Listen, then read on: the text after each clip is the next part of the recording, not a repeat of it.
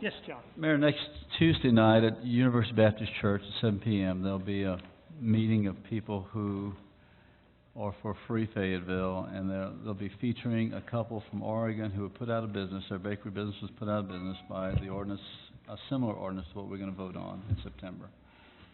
So for those people who want to hear that perspective, I encourage you to attend. You've got business outside where it's not a private place. You were invited in, but they were not. In fact, they were specifically asked to go, weren't they? I don't know. Well, yeah, they were.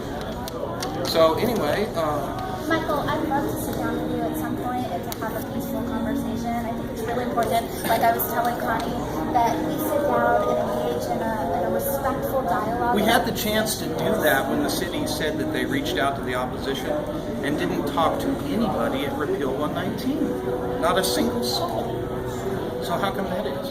Well, we did talk to various members of the community. The ones that you knew that would agree with you. No, that is not true. No, it's very true, No, that's because not you true. would have We contacted targeted the leadership of 119 if that was the case, We right? talked to a lot of folks who did not support Chapter 119. Right, In fact, originally. But it's everybody really that we odd, talked though, to that tonight, you please, would say polite, but you are trespassing. Well, So- what's impolite is you're interrupting me right Well, now. that's true, but that's because you're trespassing. So we'd like you to leave.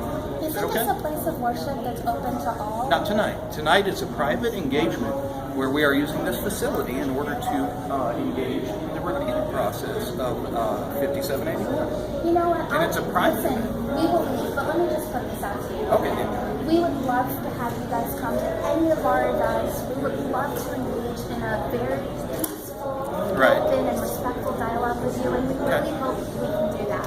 Can we touch on that? Thank you for the invitation. I appreciate that Will you very shake my much. hand? Yeah, I will. Now, I will tell you this. The idea of having a 3-year-old choose their gender is abominable. They don't choose it. It did in Jack and Jill, you know.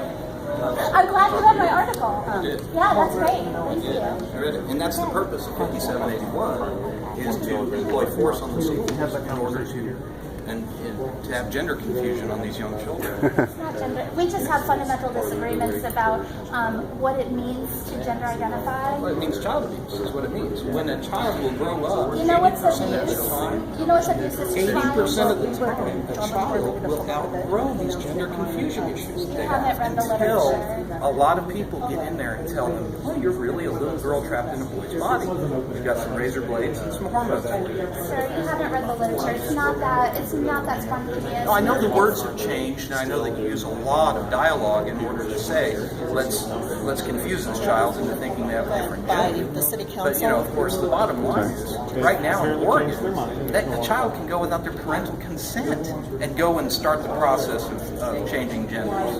You know, and that's really sad, Do you have especially for children? confused people. Do you have children? Yes, I have children. Would you want them to grow up feeling like their parents did not accept who they really were? Would you want them to grow up? Of course not, Danielle. That's not fair. That's an emotional ploy to get me to feel sad and to make other people think I'm a monster.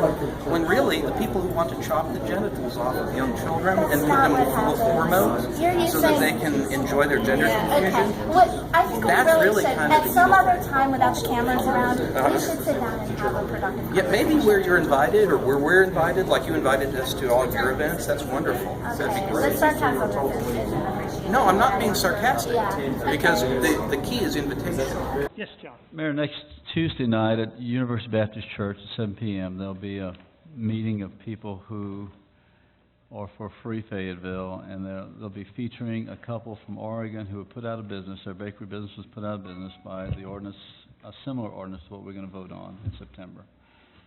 So for those people who want to hear that perspective, I encourage you to attend.